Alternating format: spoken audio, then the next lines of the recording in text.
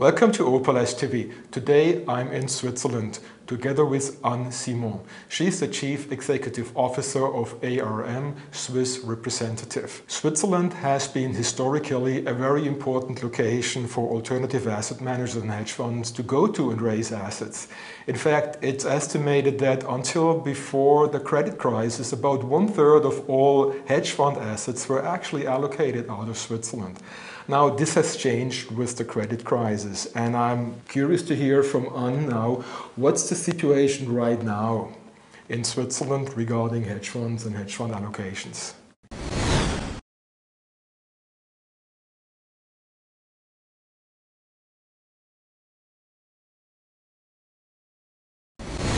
You're right that after the credit crisis, essentially a lot of fund-of-fund house shrunk and had a massive reduction of assets. This is due to, obviously, the credit crisis. However, shortly thereafter, regulatory change happened in Switzerland too. And in fact, the CISA and CISA regulation came into force in March 2013. A lot of people think that this regulation has only come into force a couple of months ago. However, this has been live for the past couple of years. We're reaching now the end of the transition period. This law has changed two essential definitions. The first one is a definition of distribution. Whereas before you would rely on private placement, now CISA has defined distribution as any act or advertising in a view to promote a subscription in a fund. As soon as you're doing distribution, you're caught by the rule. So if I am a manager, I am calling a prospect or sending a fact sheet to a prospect, I'm actually undertaking a distribution activity.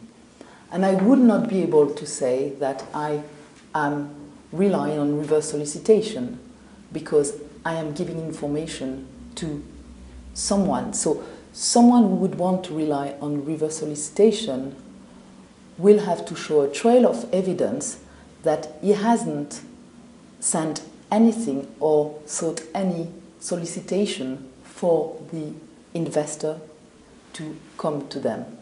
And that's extremely difficult to justify. How could an investor learn about a fund if someone has not told that investor about that fund? Be it the fund or be it a third person who would be then considered as a distributor and caught by the rule. So that means that relying on reverse inquiry is extremely difficult now. We had many managers, essentially in the US and Asia, who were seeking on relying on reverse inquiry when we spoke to them in August, September, up until very close to the deadline. And then when they realized it was practically very difficult, they came back to us and they say, we're not going to take the risk to rely on that. It's far too difficult to be able to demonstrate. So that's why a lot of them came and decided to appoint a Swiss rep and a paying agent.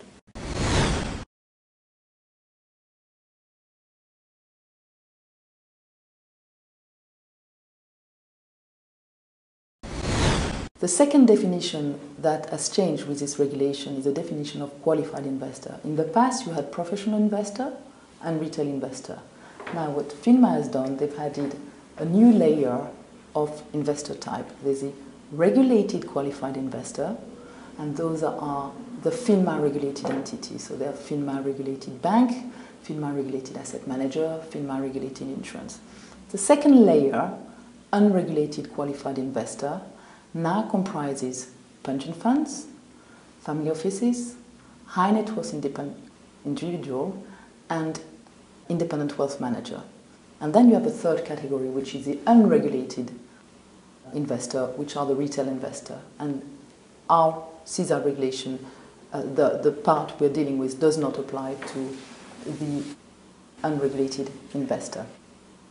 So what this regulation is saying is that if you are distributing funds to qualified investor, unregulated qualified investor, i.e.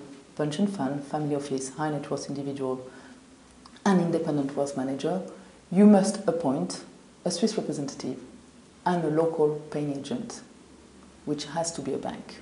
regulated qualified investor, i.e. FINMA regulated entity, are exempt from the scope of that regulation. But from a practical standpoint, what we see is that generally managers, when they come and market in Switzerland, they don't market exclusively to bank.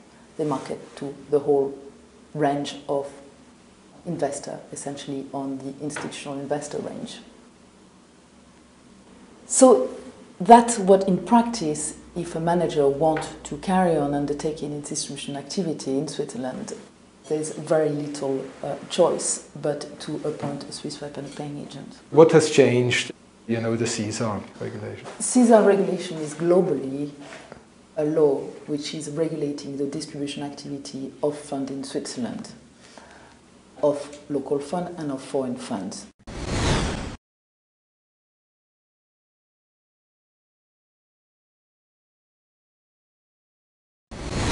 The role of the Swiss rep is to make sure that the fund comply with the Swiss regulation. And the Swiss regulation basically imposes three main things. The first requirement is that the fund insert in its marketing document, i.e. the prospectus, the marketing presentation and the fact sheet, certain disclosure information imposed by FINMA.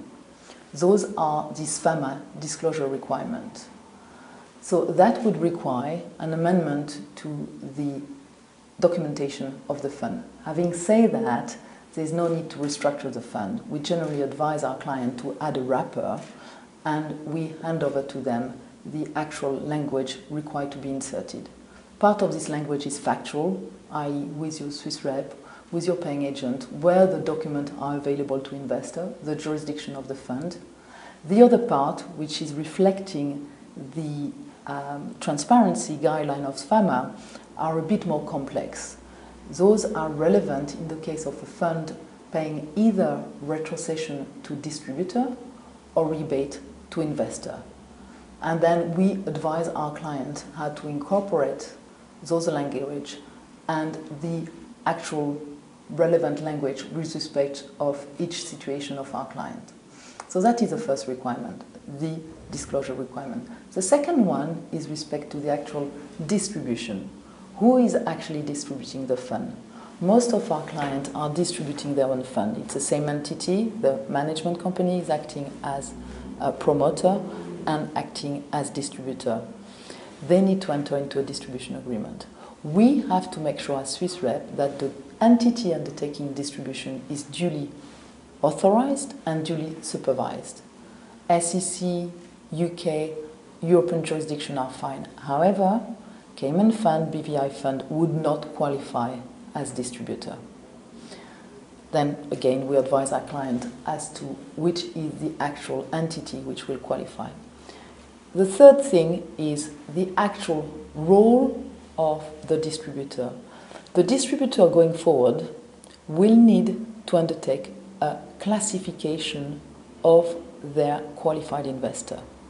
So those investors I was talking about earlier on, the pension fund, the family office, the high net worth and the independent wealth manager, will need to be classified by you. We will obviously assist, and the way we assist, we provide with some qualified investor certificate listing all the different categories, and then it's up to you. The onus is actually on you, on the fund manager, to undertake your classification. We're there to assist, we're there to monitor, but the actual responsibility to undertake this task is on the distributor. And that is, in most of the case, the most drastic change and the most cumbersome change, essentially because most managers have not been used to do that, unless sometime in UK where they have the accredited investor statute, they need to find out who their investors are. But US manager and Asian manager are actually not used about doing that. Another factor is that Swiss investors are not actually used to give information about who they are. So there's also an education which has to be done at local level with respect to the investor community. And our message is you have to fill in those classifications, you have to fall within that one of the category. Otherwise, you will not be able to receive information about the fund. That's the ultimate threat, is that the fund manager cannot send any information to someone who is not classified as qualified investor. A paying agent has to be appointed by the fund, and the Swiss representative function can only be activated if the paying agent is appointed. The actual role of the paying agent is to enable any Swiss investor who would opt to do so to give the cash for subscribing into the fund to the Swiss paying agent, who would then be sent to the fund, and to give any redemption proceed owed to the investor. So the actual role of the paying agent is just to move cash from the investor into the fund. There's some misconception sometimes that the paying agent would be involved in the subscription process. It is not at all. The subscription process remains the responsibility of the administrator. How has the international manager community reacted to the new Swiss laws?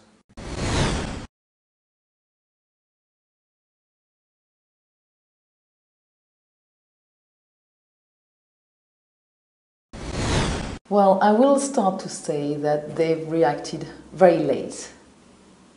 When we spoke to the manager community in the course of the summer, they were extremely busy with AIFMD or not really interested in marketing into Switzerland, thinking they could rely on reverse inquiry.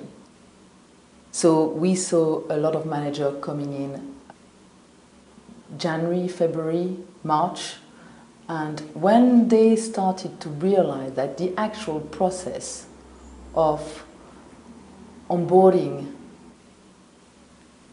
Swiss rep and a paying agent was not as painful as they anticipated and as costly as anticipated, we saw much more manager basically fulfilling the Swiss rule and appointing a Swiss rep and a paying agent. Although I think that a lot of legal advisors advised their client, the like of Schulte or Simmons & Simmons, made them realize that compared to AIFMD, it was a light, cheap, and not as cumbersome process. There's no reporting requirement, there's no need to have some drastic amendment to the prospectus.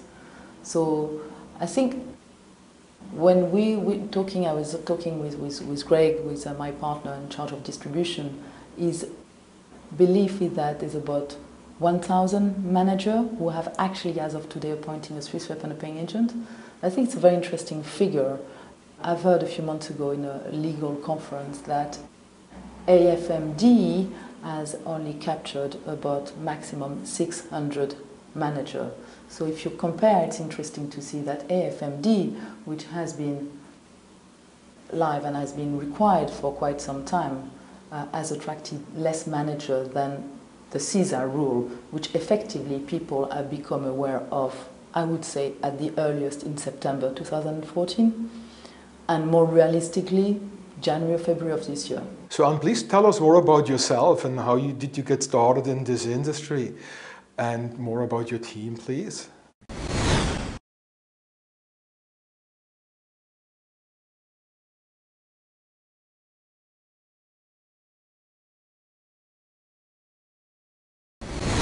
So I started my career in London. I'm a qualified solicitor. I worked for Lovell for a few years before moving into investment banking, where I was working in derivative legal and structuring, first for Morgan Stanley, then for Credit Suisse.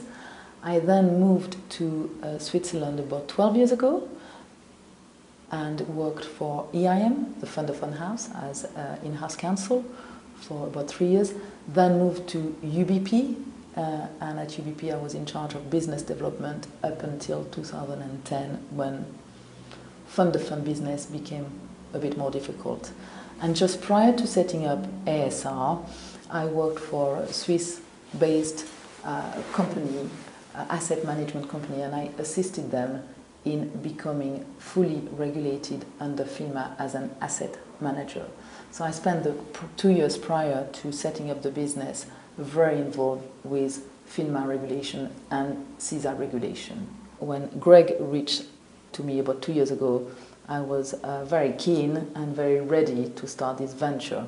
And Greg Taylor, who many people would know, has an audit and administrator, product development background. He was in charge of product development and marketing at FRM for many years, and Greg has been doing a distribution activity of fund in Switzerland for over 5 years.